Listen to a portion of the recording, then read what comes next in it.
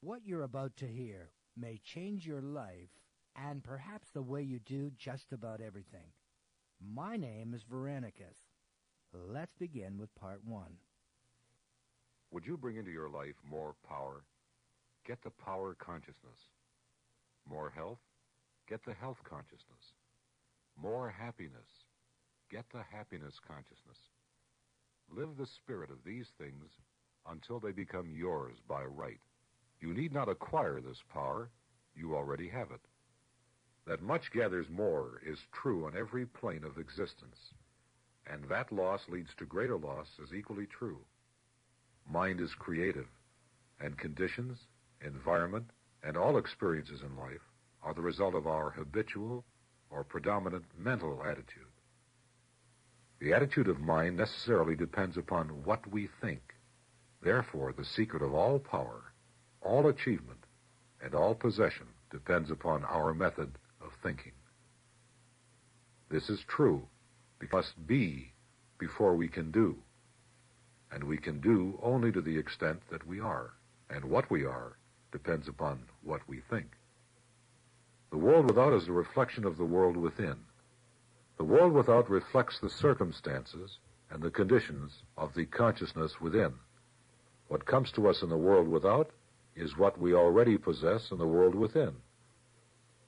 All possession is based on consciousness. Harmony in the world within means the ability to control our thoughts and to determine for ourselves how any experience is to affect us. We are related to the world without by the objective mind. The brain is the organ of this mind. We are related to the world within by the subconscious mind. The sympathetic system of nerves presides over all subjective sensations, such as joy, fear, love, emotion, respiration, imagination. It is through the subconscious that we are connected with the universal mind and brought into relation with the infinite constructive forces of the universe. It is the coordination of these two centers of our being and the understanding of their functions which is the great secret of life. With this knowledge, we can bring the objective and subjective minds into conscious cooperation, and thus coordinate the finite and the infinite. Our future is entirely within our own control. All agree that there is but one principle, or consciousness, pervading the entire universe, occupying all space and being essentially the same in kind at every point of its presence. It is all-powerful, all-wisdom, and always present. It is all in all.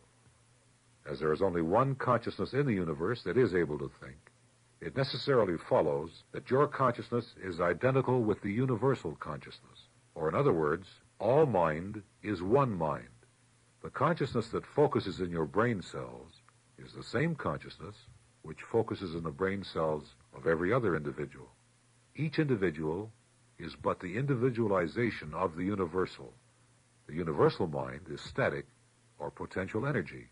The ability of the individual to think is his ability to act on the universal and bring it into manifestation. Human consciousness consists only in the ability of man to think. Every thought is therefore a cause, and every condition an effect. For this reason, it is absolutely essential that you control your thoughts so as to bring forth only desirable conditions. The universal mind is the life principle of every atom which is in existence. All are intelligent. The world within is the cause. The world without, the effect. To change the effect, you must change the cause. Most men try to change effects by working with effects. They fail to see that this is simply changing one form of distress for another. To remove discord, we must remove the cause. And this cause can be found only in the world within. Remember that it is in the application alone that the value consists, and that a practical understanding of this law will substitute abundance for poverty, wisdom for ignorance, harmony for discord, and freedom for tyranny. And certainly there can be no greater blessing than these from a material and social standpoint.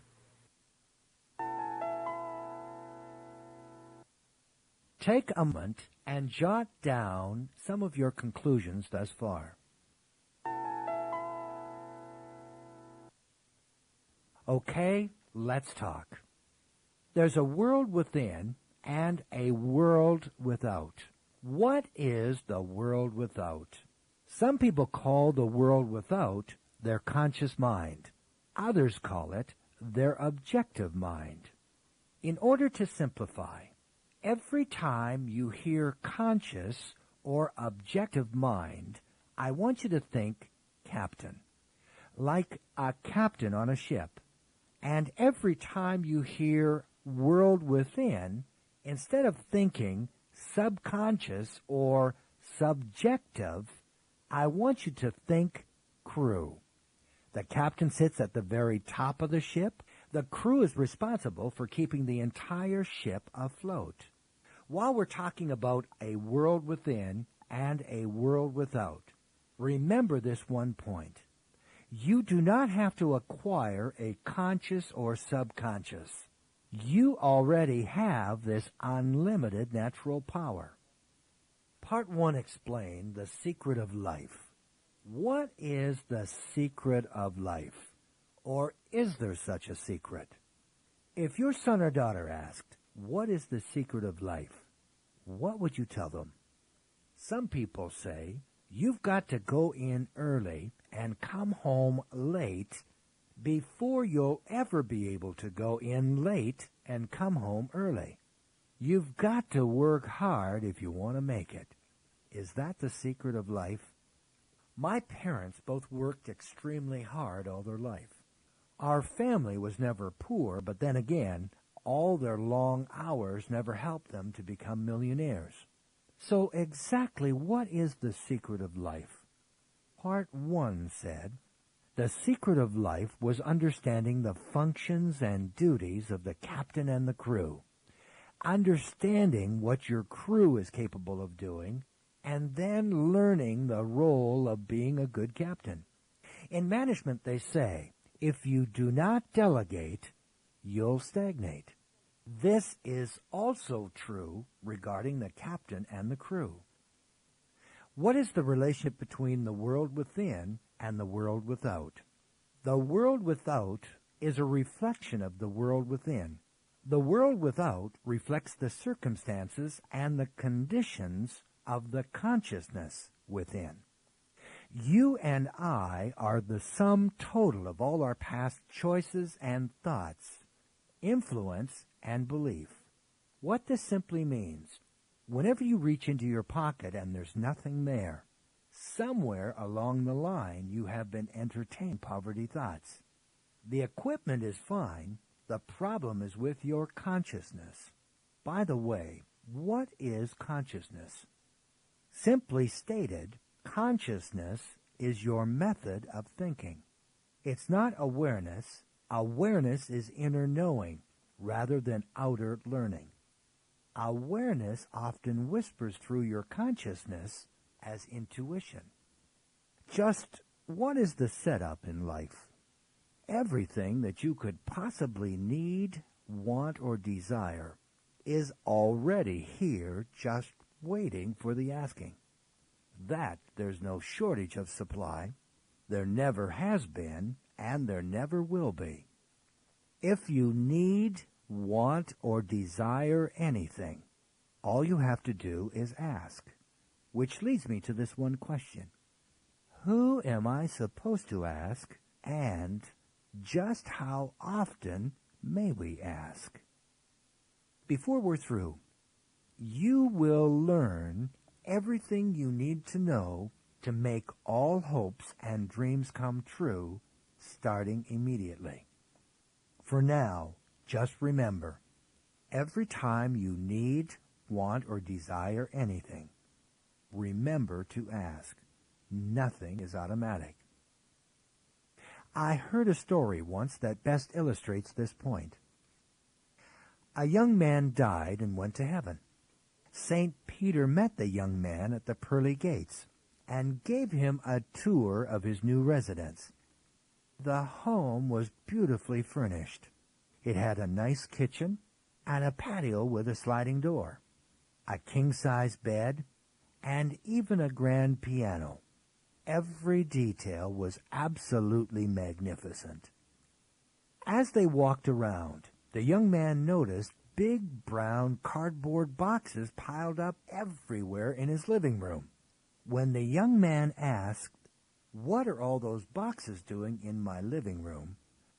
St. Peter only smiled and said, "Oh, my son, those were all the things that we had reserved for you, but you never asked."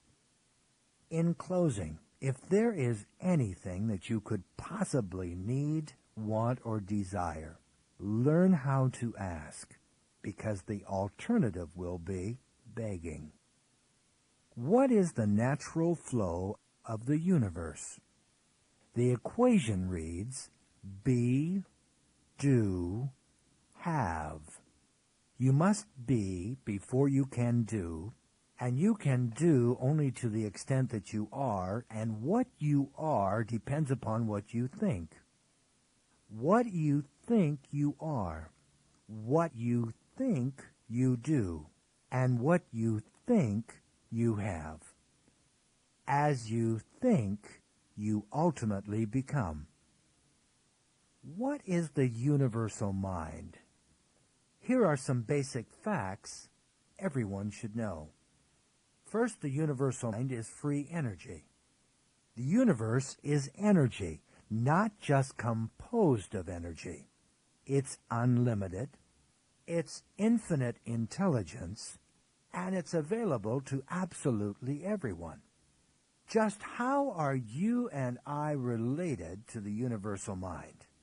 We are related to the world within by our subconscious mind. It is through the subconscious that we are connected to the unlimited creativity of the universe. What process brings this universal creativity into manifestation? Quite simply, our thinking. Thoughts act upon the universal, which result in manifestation. What is the result of this action and interaction? It's the natural process of cause and effect. Every thought is a cause, and every condition an effect. The one thing you and I have absolute total control in life, what we think, and, of course, our choices and decisions. Suppose you do not like the way life has been treating you. Suppose you're not happy with the so-called effects in life. How can we change these effects? By changing the cause, or by changing the source. When you make a new beginning, you automatically experience a new effect. Part 1 explained you can have everything in life by thinking correctly. That all discord, disharmony, lack, and limitation are the result of wrong thinking. That it's poor thinking that has kept most people poor. One of life's unwritten rules, you're always right, but not always correct. Because what you argue for, you get to keep. Now make the application. For your first exercise, sit erect, comfortably, and do not lounge. Let your thoughts roam where they will as you sit perfectly still for the next 2 minutes. In Part 2, you will receive instructions for the next step. In the meantime, you must master this one. Incidentally, leave your tape running, and I'll let you know when the 2 minutes are up. If you're ready, get settled in a comfortable position, close your eyes, and let's begin. Remember, you can think about whatever you want, but it's very important that you do not move physically whatever for the next 2 minutes.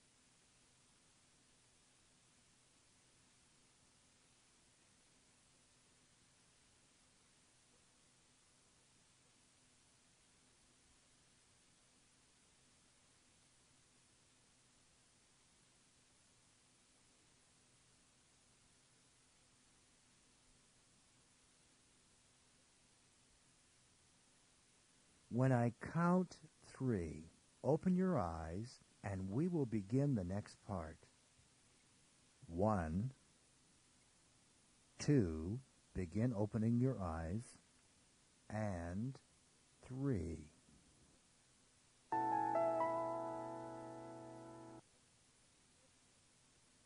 This is the end of Side A. For proper